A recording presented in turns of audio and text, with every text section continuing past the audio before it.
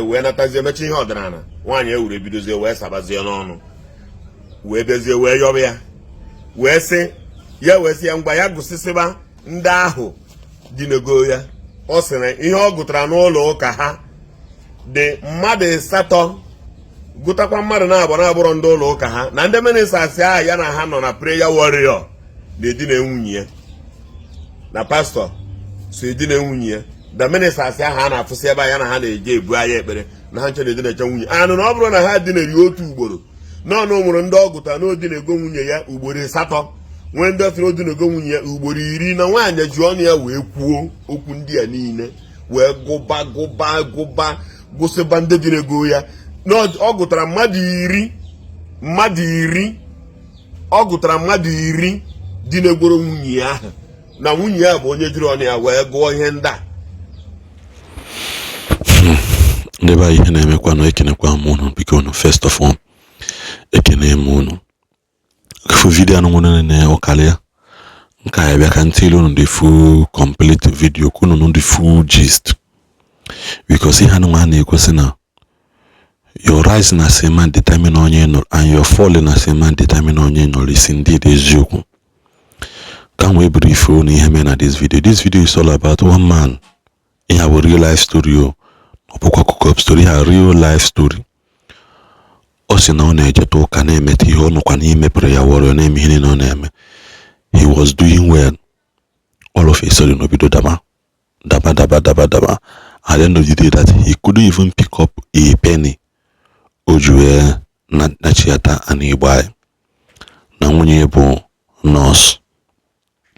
Ebe na-ekwunya bụ ihe na-eme nwoke wee sị oke na ebe obodo ha na-emeta ọdịnala Igbo ọfụma omenala Igbo ọfụma ọbụkwa ndị na-eji ebu oke ite agwọ ọgwụ egbu mmadụ agwọ ọgwụ ego enweghị bụ na ọdịnala Igbo bụ original ọdịnala Igbo yatago o wee sị ka o dosagodo ụka aside wee were ọdịnala Igbo chọwa onye kwụọ malike n'ihe na-eme ya. After much consultation na Igbo afa o wee sị that na he has been suspecting echekecha ọwụwụ na nwunye na-agba n'ezi and na ihe bi eme contribute oji wee mee gịnị wee daba wee dagide wee dazi ogbenye nke gịnị ogbenye nke mgbegiri. The most painful part of this video is that na ọ sị na mgbe the woman bidozi confess one thing lead to another imago ba ajụjụ ba imago ba any other means possible nwanyị wee bido sizi ya ka ọgwụ ya nke bụ eziokwu. O wee sị ngwa gụpụta nwanne ka mara na asụ nwoke ka ọmako ebido jọba ndụ ya mana asụ onye ndị ilu gbara okilikili na-eme gịnị na-eche ndụ ya nche. O wee gụwa o wee bụrụ na pastọ ha ebe ọ na-eje ụka na ndị prayer warrior sucha na ndị na-edina nwunye ya mgbe ahụ ọ bụkwa 1 ọ bụkwa 2 Roman gụcha gwasi na onwego ndị dị na with countless times ma ndị 8 ndị 7 ndị 10 times ndị more than 10 including those ndị niile a na-eme those prayer warrior na ha nche niile bụ ndị so wee contribute to this thing ọ na-agabiga. Mgbe ị na-ekwu onwekwa ebe ndị ọjọọ na-anọrọ that is why that thing men na Bible GWM and Bible said when the sons of God were gathered they were gathered and the devil sneaked into them. Inside that children of God, sons of God that were gathered, devil sneaked into them and none of them were able to predict to detect no this person that walked into them with devil, only God. But often if I found more already Satan where comments down always say after going through and flow the earth imago after going around always say in this gathering. That was the conversation of the life of Job Juwebido. Always say, have thou considered my servant Job? Have thou considered my servant Job? Always say yes now. No gaga for Job, we say na no follow Job, indeed na Job again, bonye din son bonye na emegin na emi hechuku na acho. O say man na iwe pokwa ogige ahụ ịgbalụ Job n'if not na o say ngwa So about here baby debate we went to. I'm just trying to enlighten you to know that even when the sons of God are gathered, there's also chukun na onye bụ onye eziokwu. Una na-aghọta. Such nene this video nene lo ya n'isi. Onwezikwa ihe ọbụla ị chọrọ ikwu maka the video because this is a real life story and I believe that the man is watching also. Onwe advice ị chọrọ enyi ya gaba ruti ya na comment section. Godin mgbe ọzọ ndịba anyị.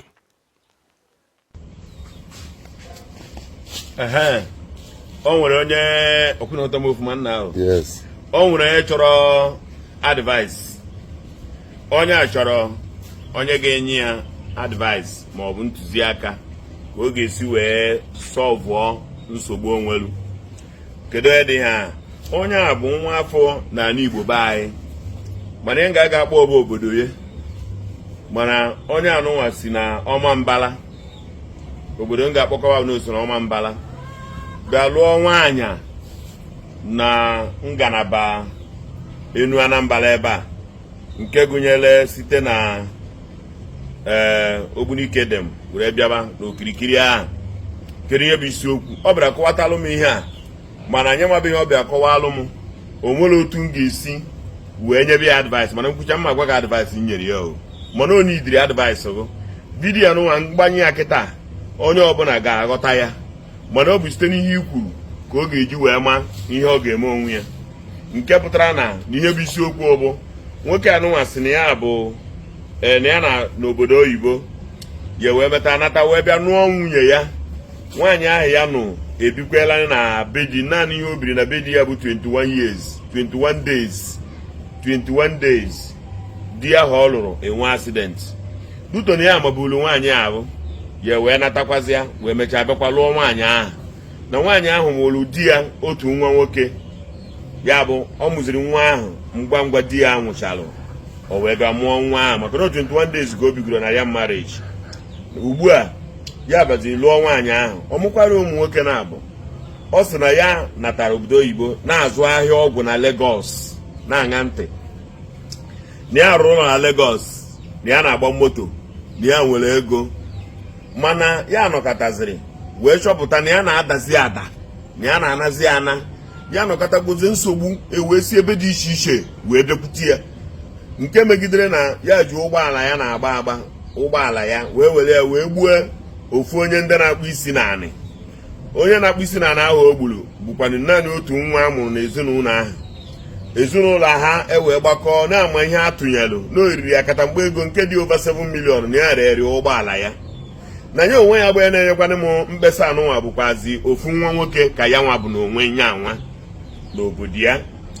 O wee sio mụnwa bụ nnatu mụ na ihe ya fụtaziri na ebe ha na-eje ụka na nyanwazi na onwe ya si na onye isi na minista na ọda ministers ndị ọzọ nọchakwa na ya nwaba ebe ha na-eje okpukperechi nke ndị ụka anụ ya bụ onye nwere okwukwe kwesịghị ike n'ụka kwee ya nke ukwuu mana mụ lee ihe a na-ekpesa ugbu a na ihe bụzi iwu ya bụ na ya nọkọtara wee fụ na ihe na-agaziri ya n'ala azụ ya wee nọkọta wee sị mba wee bịa na-enyo nwunye ya dịka ọ na-agba n'iro mana nwunye ya kuru mmiri fenye ọkụ na ya adịghị agbakwa n'iro ma ọlị mana chinefo ihe na-akawanye njọ chinefo ihe ya akawanye njọ nke pụtara na ya mekatakwaziri wee hapụziere ụlọ ya abụ na Lagos ma ihe niile ya nwee na ya ejighị ofu mgbiri esi Lagos wee nata n'ala Igbo be anyị ya wee natara n'ihi na ngalaba be ha bụ ebe a na-eme omenala nke ukwuu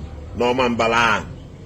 Ya wesị mba na ya mere ihe dị n'ụka nke ukwuu. Ọ sọrọ nwunye ya bụ nọọsụ na ya mere ihe dị n'ụka anụnwa nke ukwuu ka ya lebagodi anya n'usoro ndị be ha si achọpụta ihe dị aṅaa o wee buru pịakọ ihe ndị ụka debezie n'ụsọ wee tinye anya na ọdịnala beba. Ihe a na-agba gị ebe ụnyaahụ ka m zara ekwentị ihe a wee sị na ma kọwatara unu ka unu weta advice.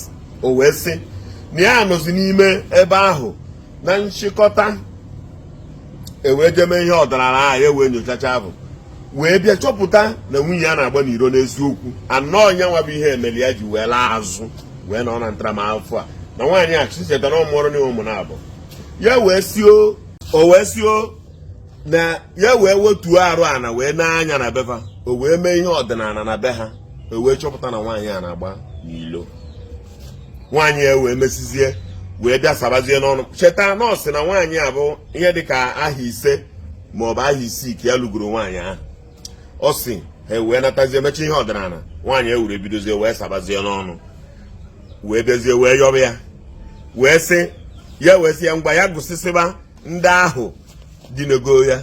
Ọ sị na ihe ọ gụtara n'ụlọ ụka ha dị mmadụ 8 gụtakwa mmadụ na-abụrọ ndị ụlọ ụka ha na ndị ministers ahụ ya na ha nọ na prayer warrior na-edina nwunye ya na pastọ so edina nwunye ya.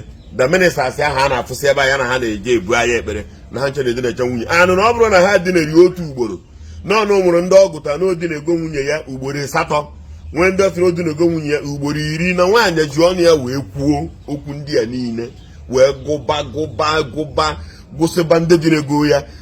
Ọ gụtara mmadụ iri ọ gụtara mmadụ 10 dinegoro nwunye ya ahụ na nwunye ya bụ onye jiri ọnụ ya wee gụọ ihe ndị a. Na ọ bụrụ na nwunye ya jizi ọnụ ya were gụọ onye dosi anụ ebe o si ewute ya na ya fụrụ nwunye ya n'anya nke ukwuu, mana nwunye ya gụtara mmadụ 10 dinego ya. Na ọ bụrụ na edinere otu ugboro na ọ na-edinego ugboro 10 ugboro 8 onye peka mpe na-edinero nke ukwuu edinego ugboro 6 bụ nwunye ya n'ime ebe ahụ ka ha ahụ dị. Ihe a na-agwa ụnụ agaghị m eti nọmba onye ahụ onye akpọnye ya, mana onye ahụ ya na-anụ ihe m na-ekwu. Ihe ọ na-ediri bụ advice mụ na ga-abịara ebe ime agụmentị ma o mere eme ma o mere eme ọ bụrụ ihe m bịa, mana Chukwu bi n'eluigwe na ala nzodoro ụkwụ mana kọọlụ a bụ nyaa ka m zọrọ kọọlụ a ewere nweta advice ya. Mana ihe ọ biri wee sị na ya na-ediri advice ma ọ bụ na o mechadiri nwunye ahụ wee na-ayọzi wee sisi biko ka a gbaghara ya. Nwunye ya na-ayọzi si biko ka a gbaghara ya ọ na-akpọzi di ahụ na ya gbaghara ya na ya ma mmezikwa ọzọ ewere chọọ ka ngụnwa bụ mmadụ. Kedu ihe ị chere ị ga-enye nwoke a na advice? Nwoke a na-akọwa na ya fụrụ nwaanyị a n'anya nke ukwuu, eresi ya na ịfụnanya mụ nwazi ara afụ nwaanyị n'anya. Ihe mana nwaanyị ga-eji ebi bụ understanding, nghọta ka anyị ga-eji bi, because nne m bụ onye nwere ike ịfụnwu n'anya, nwaanyị ndị ọzọ enweghị m interest ịfụ gị n'anya, mana nne m bụ onye m ga-afụnwu n'anya n'ihi ịhụnanya o nwere n'ebe m nọ. Naanị ya ga-abịakwute m ma ọzọ m mgbe ọ dị m oke mkpa. Na n'ụzọ nke ọzọ ka nwaanyị ya kwuru kwusịrị nsị ya na-abịa n'ọdịnala Igbo na ike esi eme ya ka nwaanyị ahụ wesara n'ọnụ wee nwee ike ichighata na marriage bụ ka m siri ghọta ya bụ na ndị niile ahụ dị n'eri ya na ga-eweta ewu, onye weta ewu onye ọbụla ga-eweta ewu ofu ewu a ga-akpọkọta ndị a niile. Onye bịa weta ewu ewere nupụ arụ, onye bịa weta ewu ewere hịa ya, onye bịa weta ewu ewere hịa ya. Ọ bụrụkwa nke ọnụ nke dị ụtọ ka nwoke si ekwu na ụdị ịhụnanya o nwere n'ebe ọ nọ. Nsị ọ bụrụ na ị chọrọ na ịhụrụ ya n'anya nke ukwuu ifugo na ọhụrụ gị n'anya maka ọhụ gị n'anya ọma mma otu a, mana osizikwa na ịhụnanya gị buru ibu jezie onwe nke ogbu agbara gị ka ogbu agba gị nke fe ọnụ.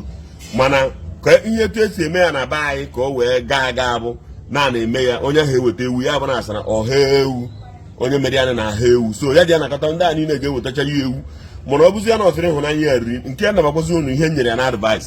Ọ bụzi na esiri ịhụnanya gị buru ibu n'ebe nwunye gị anọ na-ele ọvụ ya ịnwere nọọsụ and ịma ha na-enwe style. So ọ bụzi ya na ọmana ha na ihe nọọsụ na-eme ya na onwe dị nwunye mụ agwa ya there's no problem, you can go ahead na ihe bụ nke mụnwa gwara gị ka m si chọpụta na ka m si bụ n'iru nna ya bụ kedu advice ị ga-enye nwoke a ọma mbala ahụ? Kedu ihe ị chọrọ ka o mee? Kedu ihe ị chọrọ ka o mee? Kedu ihe ya ọ dịghị ka ị ga-enye na advice dịka nwunye ya na-akpụzi na-ayọ na ya ma mmezikwa ọzọ ka ọ bụrụ ofu onye ka o mere mmadụ 10 under 5 years mmadụ 10? Ọ dịghị ka nwaanyị ọ ga-echegharị n'eziokwu rapụ ife abụọ na-eme ka ọ dịghị ka nwaanyị a ọ ga-aga n'iru ike na-eme ya ma agbaghara ya? Nwoke agbaghara ya ọ dịghị ka nwoke ọ ga-anọ na safer side? Ka nwoke agbaghara ya ọ dịghị ka nwoke a ọ ya ebutere ya mmụọ mbibi na ndụ ya? Ndị be anyị ekenere m unu, anyị tụrụ ebe advice abịakwa ebe ịkọ ọnụ ihe a m gwara gị bụ otu a m gwara gị ka ọ dị. Chukwu mere amara onye ahụ nọkwu na online agwara m ya na taa aga m ekwu okwu a ka o were advice ndị mmadụ bara onwe uru. Ekene m na aka m n'elu.